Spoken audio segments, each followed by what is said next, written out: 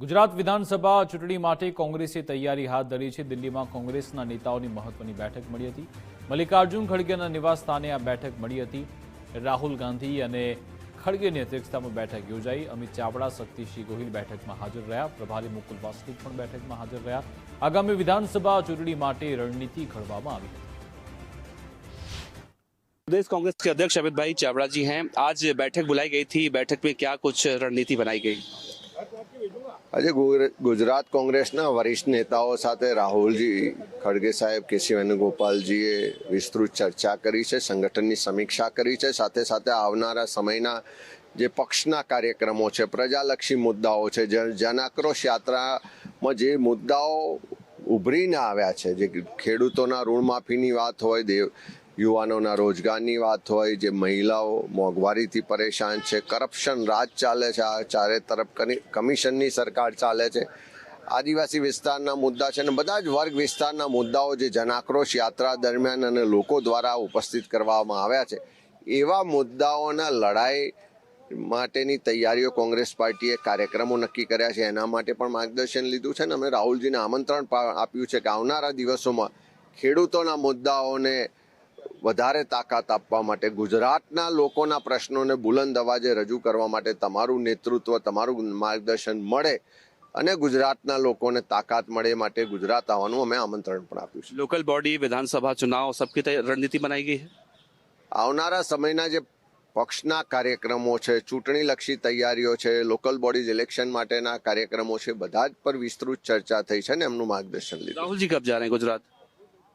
અમે એમને આમંત્રણ આપ્યું છે ગુજરાત આવવા માટેનું, ને એમણે હંમેશાની જેમ કીધું છે કે જ્યારે ગુજરાતના પ્રશ્નો માટે જરૂર પડે યાદ કરજો, હું ગુજરાતના લોકો સાથે છું, ગુજરાતના વિકાસ માટે, ગુજરાતના પ્રશ્નો માટે હર હંમેશ તમારી સાથે છું, ને ટૂંક સમયમાં રાહુલજી ગુજરાત પણ આવશે। शुक्रिया।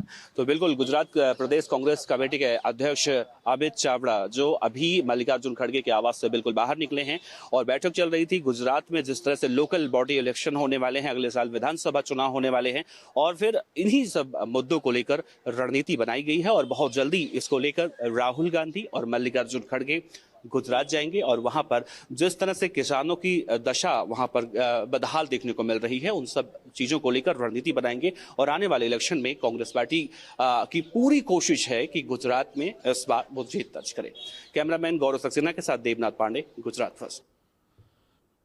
તો આવનાર સ્થાનિક સ્વરાજ્યની ચૂંટણી અને વિધાનસભા 2027ને લક્ષ્યમાં રાખીને કોંગ્રેસે હવે કમર કસી છે। કોંગ્રેસ એક નવી જ રણનીતિ બનાવી રહી છે। ઘણા બધા મુદ્દાઓ ગુજરાતમાં છે, કોંગ્રેસની સામે છે, પણ એ બધા મુદ્દાઓને જનતા સુધી કેવી રીતે પહોંચાડવા અને એક મુખ્ય હેતુ એ કે લોકોને કોંગ્રેસ માટે મત આપવા માટે કેવી રીતે રીઝવવા, એ માટેની એક રણનીતિ ઘડવામાં આવી રહી છે। કોંગ્રેસની સામે ઘણા બધા પડકારો છે। એક તો એ છે કે સંગઠન આ મોટું છે પણ એટલું મજબૂત નથી, સાથે સાથે ઘણા વર્ષોથી સત્તામાં પણ નથી। લોકોના મનમાં વિશ્વાસ કેવી રીતે પેદા કરવો, અને સૌથી મોટો પડકાર તો કોંગ્રેસનો પોતાનો અંદરનો છે, એ છે જૂથવાદનો। રાહુલ ગાંધીએ કોંગ્રેસ માટે ગુજરાતમાં હુંકાર ભર્યો હતો કે લંગડા ઘોડા અને રેસના ઘોડા, એટલે કે લગ્નવાળા ઘોડા, રેસવાળા ઘોડા, આ બધા ઘોડા અલગ કરવાના છે। શું એ અલગ થઈ ગયા છે કે કેમ, કે હજુ પણ કોંગ્રેસના જે ઘણા બધા એવા લોકો છે કે કોંગ્રેસમાં રહીને જ કોંગ્રેસને તોડવાનું કામ કરે છે, શું એ લોકોને કોઈ હટાવવામાં આવશે?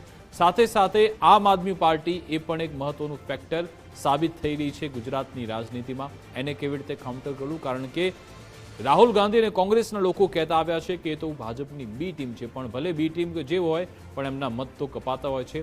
આ બધા જ પડકારો, આ બધા મુદ્દાઓને લઈ મનોમંથન બેઠકમાં કરવામાં આવ્યું હતું। આગામી સમયમાં રાહુલ ગાંધી ગુજરાત પણ આવી શકે છે।